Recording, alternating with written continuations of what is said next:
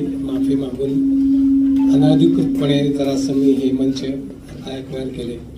50 वर्षापूर्वी ज्योतिबाच्या कडेला जे दगड असतात त्या दगडासारखा मी एक होतो, म्हणजे ज्याला कुणी लात मारावी, कुठेही जावं, काही करावं। त्या दगडाला देवपण आणायचं 14 वर्ष काम माझे या क्षेत्रातले गुरु माननीय VN देशपांडे यांनी केलं आणि त्यानंतरच मला त्या दगडातनं देवपण आलं। आता त्यानंतरचा भाग म्हणजे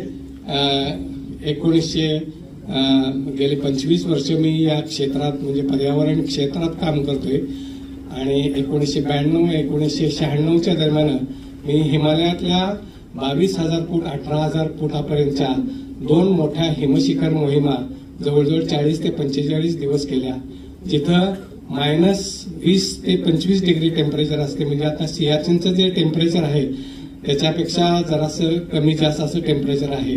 अशा मोठ्या एक्सपिडिशन केल्या।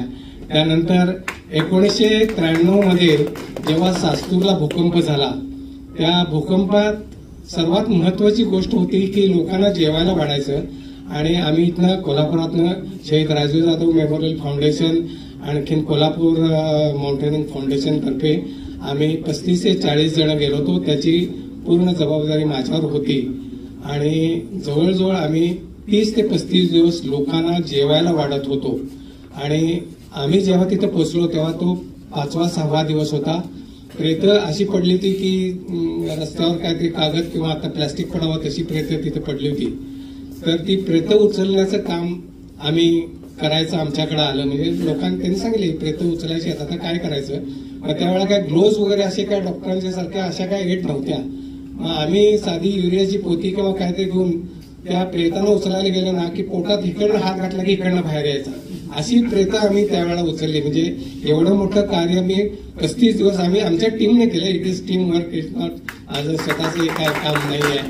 त्यानंतर या सर्व कार्याचं एक क्षेत्र म्हणून मला या इंडस्ट्रियल जे आपलं कोल्हापूरचं औद्योगिक विश्व जे आहे पूर्ण जेवढ्या जिल्ह्यात आहे त्यातलं सर्वात पहिलं गुणवंत कर्मचारी म्हणून महाराष्ट्र राज्याच्या राज्यपालांच्या हस्ते माझा सत्कार मुंबईला करण्यात आला।